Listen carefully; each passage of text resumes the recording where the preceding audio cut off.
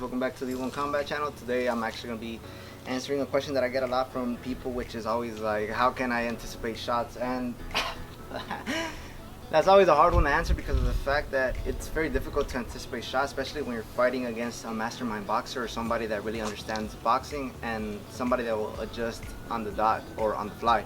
So sometimes those type of opponents may be difficult because of the fact that they could change the way that they're fighting you at any instance. The main example is Floyd Mayweather, of course. So some of those guys become very difficult because they constantly will change tactics, speed, rhythm. But overall, we're going to go over a little bit on everything that I mentioned. That way you could become a way better defensive boxer.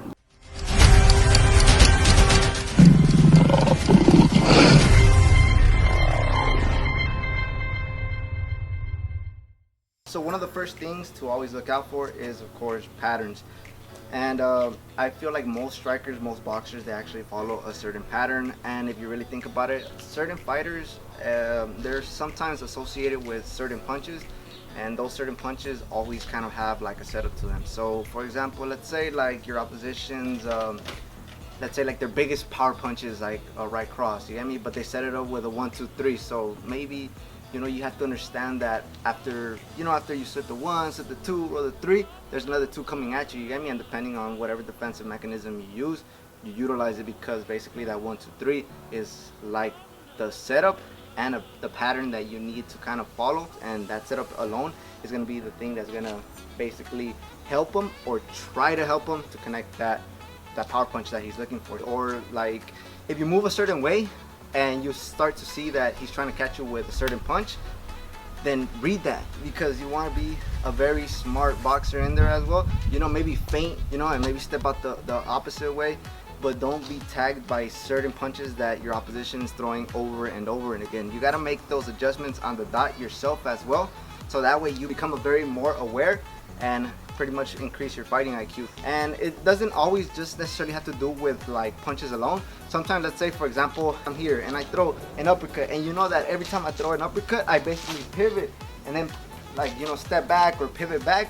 Then you get out of that position because you know that those movements are coming next. So it's not just, so it just doesn't have anything to do with like punches alone. It also has to do with the footwork and the movement. So you got to understand like what patterns and what steps your opposition is taking, so that way you're not in position to get tagged. And sometimes like you don't really need like a bunch of crazy head movement. All you got to do is just not be in the space where your opposition is going to tag you, and that sometimes it's way more important than like looking real good, you know, slipping and rolling punches. Although that looks quite nice, quite cool, makes good highlight reels, makes a good reel on Instagram. But overall, like, you got to understand like movements and punches are very essential for you to anticipate shots and not get tagged by shots. So be very aware of setups and be very aware of what comes after the setups, or what intention your opponent has with those setups. Because, you know, a lot of people, like, they throw the jab, you know, like it's not really so much just to like close distance, right?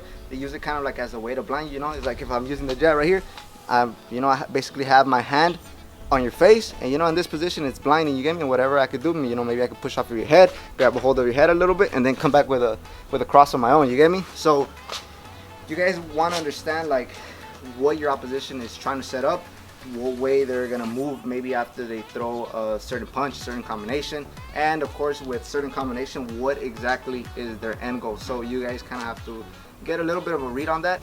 Another thing is you got to be able to kind of keep up with the speed in a way sometimes, because not everybody's going to be throwing the punches at the same speed. And what I mean by that is that sometimes your opposition could actually switch up the speed like mid combo. So for example, let's say like your opposition has a tendency to throw a 1, 2, 3, 2. You hear me? That's one of my favorite combos. So let's say like the 1, 2, it's like 1, 2, 3, 2, right? And let's say you're just slipping it that way, right? You're 1, 2, 3, right?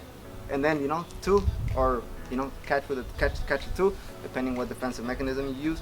So let's say like you're just following that rhythm, like 1, 2, 3, and here comes a 2, right? So the rhythm kind of becomes like 1, 2, 3, 2. But what if you follow that same pattern, right? But instead of going 1, 2, 3, 2, it becomes 1, 2, 3, 2. You get me? You gotta be able to kind of read the speed in which your opposition is going to throw the punches. So you kind of have to be well aware that at any second your opponent could actually pick up the tempo, pick up the speed, and he could attack you with those punches. Because imagine if I'm following the same pattern though, 1, 2, 3, 2, I'm gonna get caught if somebody comes 1, 2, 3, 2, right? Because it's 1, 2, 3, 2, and boom, I'm tagged. So you guys have to be well aware of the speed, and you guys have to kind of have a read on that, on the speed and the tempo that your opposition may kind of present. So at the same time, once again, this is very difficult to do because of the fact that sometimes you don't even know when he's going to change up the speed, you get me? Because, you know, we could be boxing, and then out of nowhere, you know, we could be boxing smoothly, tightly, and then out of nowhere the rhythm changes.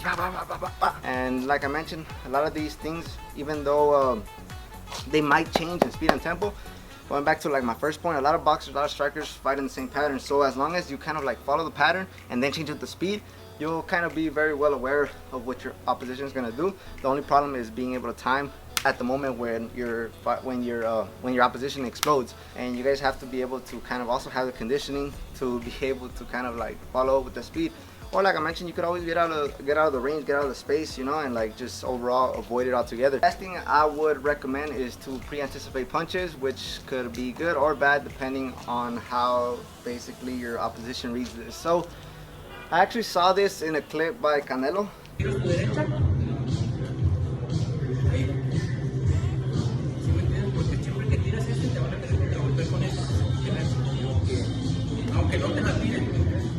Where, you know, he talks about like pre-anticipating shots, and I've also seen this in a breakdown of Zab Judah versus Floyd Mayweather. The second adjustment that is made in the fight is Zab Judah counters the left hook of Floyd with a quick right hand or right hook over the top.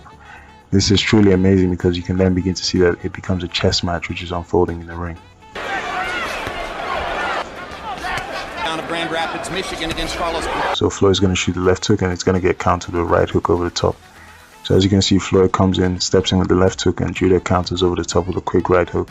So Floyd has to neutralize Zab Judah all over again. The third adjustment that is then made is that Floyd preemptively ducks after he shoots the left hook. So he's defensively responsible.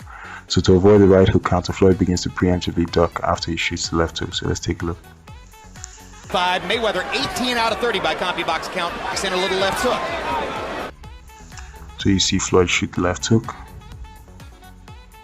And Floyd preemptively bends at the waist to avoid a counter right hook from Zab Judah. Same thing on the other side when Canelo was basically explaining to the kid that every time he threw the right hand to roll, regardless if the left hook came or not, like just throw the right cross and roll. So I sort of agree with those 2 points. And one of the reasons why is because a lot of the times, going back to patterns, a lot of boxers are basically taught the same way, same textbook style. So, you know, like many of us know, like for example, like one of the best and the most effective counters to right cross would be a left hook, you know, from orthodox to orthodox. So a lot of us are basically kind of like taught or programmed the same way. So a lot of the times, like Canelo mentioned, like if I throw the right cross, right, as an orthodox fighter, you know, I for the most part know that a left hook is coming. So every time, you know, you throw a cross, just roll. You get me? I believe it was Cody Garbrandt that was talking about Mark Henry. It's like it's important to throw, but it's also important to kind of think about like the movements that you're gonna do after you land the punch, like your positioning, your head movements, your guard, your stance, you get me? Like where you're basically placed at in comparison to your opposition. So pre-anticipating shots is a very good way to be defensively responsible, but at the same time, like I mentioned at the beginning of this video, it might be very difficult to pull up this movement because of the fact that across from you in the ring, in the cage, there might be a very good tactician or technician that will actually understand like the movements that you are utilizing and maybe kind of like read or kind of like what we're talking about, like read your pattern, read your rhythm, and they could actually like adjust on the fly or on the dot. So let's say, going back to the right cross example, let's say like every time I throw a right cross and I roll, like my opposition, maybe instead of just throwing like one hook, maybe they're gonna double it up, you get me? Since they know that they see or they understand or they read that you basically would roll after every hook that they throw, then maybe they'll, you know, throw another hook to the body, you get me? And see what type of read they can get off of you from that. You could kind of get a read on where I'm gonna pop up from, and maybe they'll follow up with a different punch or a different angle, or they'll utilize a different tactic or a different technique. So it's a matter of understanding like these movements, and at the same time you kind of want to be careful because you also don't really want to program yourself to kind of like follow your own same patterns. Like you yourself also want to mix it up, and you want to kind of understand where you might be fucking up and where your opposition might be reading you. Some of these movements could be very subtle, and a lot of fighters and maybe even some coaches won't even pick up on them, and the fighter and the coach will never make the adjustment. So although these movements sometimes may be very subtle, there will be coaches and there will be fighters that will kind of have a read on this, and they'll basically find a way to kind of like counteract like the movements that you're utilizing, and then it becomes like the whole analogy of a chess game. Now you have to counteract to the counteract that they did on you. You get me? So if you guys understand these concepts, you guys will have hopefully an easy time in the ring. Although fighting isn't easy at all. But yeah, man, basically that will be the end of this video. If you guys want to know more about me, there will be a link in the description box to my Instagram. There you guys will also find the team Instagram and of course our Facebook page. And yeah, basically that'll be it. And well, yeah, man, subscribe, hit the notification bell, tell the world about us.